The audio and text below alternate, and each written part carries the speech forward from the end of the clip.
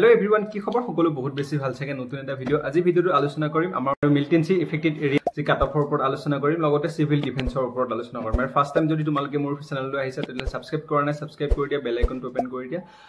আৰু এতিয়া তোমালোকৰ আৰম্ভ কৰিছো ফাৰ্স্ট টাইম সিভিল ডিফেন্সৰ ওপৰত সিভিল ডিফেন্সৰ কাটঅফৰ কথা কোনবা কমেন্ট কৰিছিলে মোক তো তোমালোকক কৈছো সিভিল ডিফেন্সৰ কাটঅফটো বহুত মানে এতিয়া মই কৈছো তোমালোকক 21 ইৱাৰ্ড আছিল 21 আৰু ফিমেলত আছিল 16.15 গৈছিল তাৰপিছত ওবিসি 17.50 আছিল তো তোমালোকে ইমান চিন্তা কৰিব নালাগে তোমালোকৰ কাটঅফটো যে বহুত বেছি হাই যাব হেনুকা নহয় লৰা কম কাৰণে ইমান কম কাটঅফ গৈছে তো তোমালোকে 25 ৰ পৰা 30 ভিতৰত যদি থাকে নাম্বাৰ তেতিয়া হলে তোমালোকে চিন্তা কৰিব নালাগে আহিব বুলি আশা কৰা যি এবি আৰু ইফেক্টেড এৰিয়া হয় তো তোমালোকক মই এটা কথা কওঁ যে সেই তোমালোকক যদি মই এতিয়া গোটেইখিনি থানা সহ তোমালোকক যদি ক'ব যাওঁ তেতিয়া হলে ভিডিওটো বহুত বেছি লম্বা হৈ যাব তোমালোকক ইয়াত লগাই দিছো তোমালোকে চাই লোৱা হেখন আৰু ইয়াত মানে ধৰি লওক এটা কমন নাম্বাৰ আছে যেনে কমন খিনি নাম্বাৰ আছে ধৰি লওক কি হয় 110 11 12 13 14 15 16 কৈ ওপৰত নাই আৰু 16 কৈ ওপৰত কাটঅফ 116.20 কৈ ওপৰত কাটঅফ যোৱা নাই আৰু 10.48 কৈ তলত কাটঅফ যোৱা নাই তো এইখিনি ভিতৰতে মই কথা পাতিম গোটেই কিখন ডিস্ট্ৰিক্ট যাৰ যিমানটো মাৰ্কছৰ ভিতৰত পৰে তোমালোকে নিজে চেক কৰি লবা ঠিক আছে তো তেনেকৈ মই কথা পাতিম আৰু ইউবি খিনি সেম তেনেকুৱা কন্ডিশন তোমালোকে ফাৰ্স্ট টাইম আৰম্ভ কৰিছো যদি হে মিলিটেন্সি ইফেক্টেড এৰিয়া কোনোবা আছে তেতিয়াহলে তোমালোকে ভিডিওটো চাই আছে তোমালোকে মিলিছে না হেতু তোমালোকে জনাবা মোক হা তাতে ইয়াতে কাষ্ট ওয়াইজ নাছিলে তো এনেকৈ আহিছিলে ডাইৰেক্ট লিষ্টখনত যেটো আছে হেতু তাৰ ভিতৰত মই কাটঅফটো বনাই দিছো তোমালোকক এটা 110.48 গৈছিলে হিহিতৰ যাব পাৰে 115.62 ৰ পৰা 117.26 ৰ ভিতৰত যাব পাৰে 111.55 যাৰ আছিলে হিহিতৰ যাব পাৰে 116.62 আৰু 118.41 যাব পাৰে ঠিক আছে তাৰ পিছত নেক্সট আছিল 112.28 ৰ পৰা আছিল ঠিক আছে 28 ৰ পৰা ওপৰত আছিল আৰু যিখিনি হল হিহিতৰ যাব পাৰে 117.28 ৰ পৰা 119.21 ৰ ভিতৰত যাব পাৰে তাৰ পিছত আকৌ ধৰি লওক 113.85 ৰ পৰা 118.51 ৰ পৰা 120.42 ৰ ভিতৰত যাব পাৰে ঠিক আছে তাৰ পিছত নেক্সট আছিল ধৰি লওক 114.35 আছিল 119.35 ৰ পৰা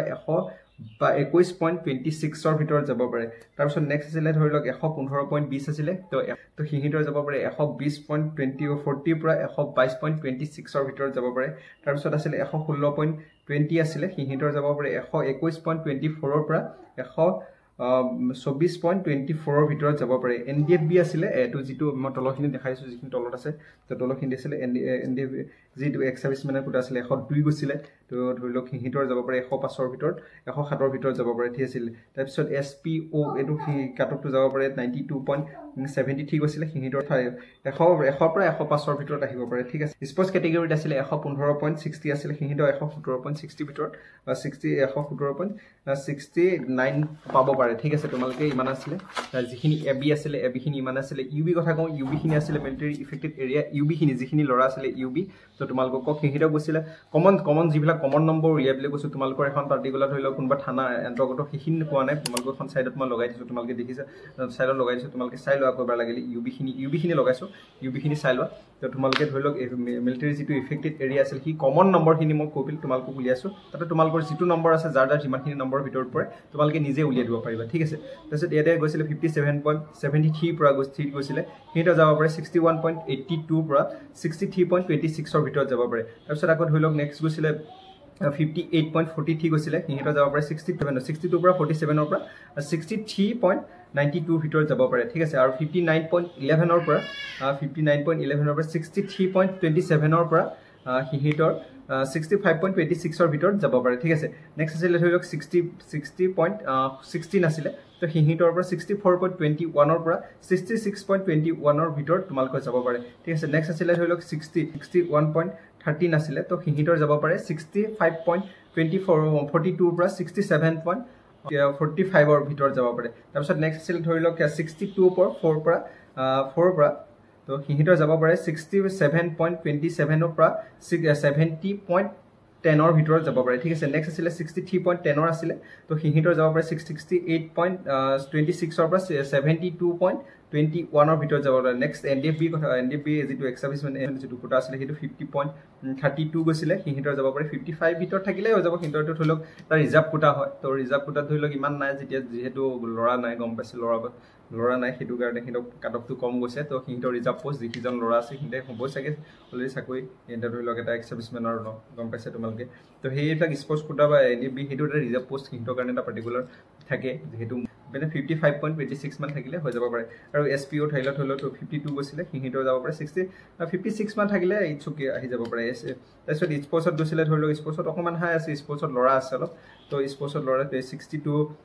62.76 গৈছিলে হিতে 66 ৰ পৰা 68 ৰ ভিতৰত যাব পাৰে ঠিক আছে ইমানে আছিল বাকি ভিডিওত নাই বাকিখিনি তোমালকক এটা কথা কওঁ যে তোমালকে মোক কৈ আছে ধৰিলো কোনবাই কমেন্ট কৰিছিলে যে এটো ফিক্স না দাদা এটো কমেন্ট একদম কনফাৰ্ম এটো যে কাট অফ যাব এনেকুৱা নে এটো ফিক্স নে এটো নহয় মই তোমালকক এটা কথা কৈছো তোমাক শুনা মই যদি ইয়াত যদি ধৰিলক এটা 60 কৈছো 60 পৰা 65 কৈছো মানে কি হয় কাট অফ গৈছে